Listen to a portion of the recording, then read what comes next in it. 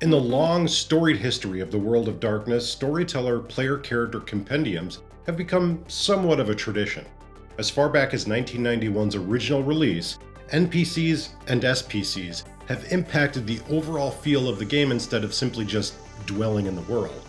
These characters can be as crucial as any setting or metaplot. With Cults of the Blood Gods' Kickstarter success, several stretch goal rewards have been unlocked. These include Trails of Ash and Bone, Forbidden Religions, and Children of the Blood. Good news for all you hungry backers, Children of the Blood just dropped on PDF. If you didn't back the Cult's book, don't worry too much. If Onyx Path continues as they have with previous source books, Children of the Blood will likely be available on DriveThruRPG very soon. I'm going to review this Vampire the Masquerade compendium of characters and let you know if I'm excited about it or if I'll burn it in effigy to satisfy my dark god. To complete your indoctrination, roll 2d10.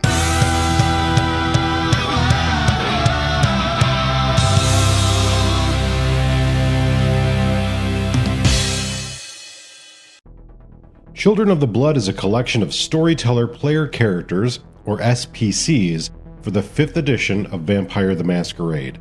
Originally titled The Faithful Undead, this supplement expands beyond a collection of SPCs. It includes new information about coteries, merits and flaws, lore sheets, and ready-made characters so you and your players can jump feet first into the creepy, disturbing, and zealous world of Cainite cults of the modern era. This book carries the torch first lit back in 1992 with Who's Who Among Vampires, Children of the Inquisition. This old-school supplement detailed 13 essential elders of vampiric history for insertion into your chronicle. Next, in 1999, Children of the Night doubled down on the original format, detailing a ton of critical vampires of the modern Final Nights in the shadow of impending Gehenna. With the return of Vampire the Masquerade, Onyx Path published Children of the Revolution in 2012, detailing storyteller characters fit for an era of upheaval in the world of darkness. In a similar vein, Children of the Blood details a score of characters both old and new that fit perfectly into a Vampire the Masquerade era defined by religious zealotry, cults of personality, and inquisition. Ugh. One of these books? These books are not my cup of tea, and nor should they be yours. I mean, who cares about characters anyway? It's not hard to build my own superpowered NPCs, and in fact, I spend a sizable part of my day doing that already. Ugh. Professor, you know this book wasn't even a planned release, right? This book was spawned out of the Kickstarter for another book. Blah, blah, blah. Just stop talking. Character books are only important when I have to prove my storyteller wrong, or for arguments with noobs on the interwebs. There aren't even any disciplines in this book. Nobody wants to read about the author's stupid characters. 0 dots out of 5. Next review. Who keeps letting that guy in here? The first noticeable difference between this collection and previous editions is the relative power level of the characters.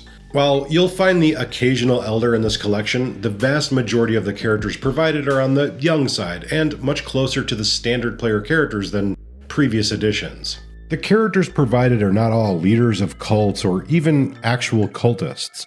Some of the ideas presented here in the material don't fit neatly into the ancient vampire spooky monster end of the world concept, and this is by design.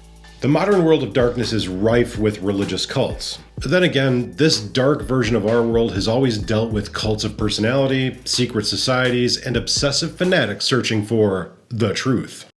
If you're new to the game, you may not spot some of the classic legacy characters that got a fresh coat of wax in this book. 2 characters of note, Anastasia and Akawa, are characters from the original Milwaukee by Night. As an old school player, I always appreciate when the classic characters, especially the more obscure ones, get a little love in the new editions.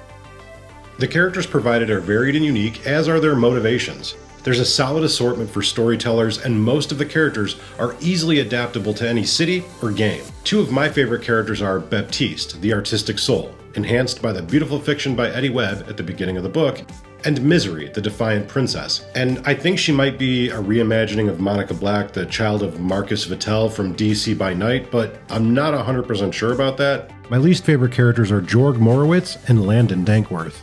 It's not because they're flawed characters or poorly written. In fact, they're incredibly flawed characters, and that's how they're written. No, I live in the US, and they hit a little too close to home for my tastes after the last 12 months. Cult Coteries, the next chapter, gives readers many ideas for integrating different characters with opposed allegiances together. New coterie examples expanding on the V5 core book feature here as well. This chapter also includes an example coterie, replete with those ready-made characters I mentioned at the video's top. This section gives players all they need to jump in and play. As a side note, these aren't your typical "I was just embraced" neonates. They're a little bit beefier, slightly more connected, and a bit more detailed than your average starting character. The last part of the book contains a sizable selection of advantages that pertain to the subject matter. More specific merits and flaws, some new bloodlines arrive via the Hecata, and new lore sheets for all those nasty cults. Alright, let's get to the bottom line, Nate. Yeah, I hear you. So, what do I think of the book? Well, I like it. I've always been a fan of these sorts of source books. I have interacted with some fans of the World of Darkness that aren't into canon characters of the game, which is fine. However, I adamantly believe that the settings characters drive much of the story I've grown to love.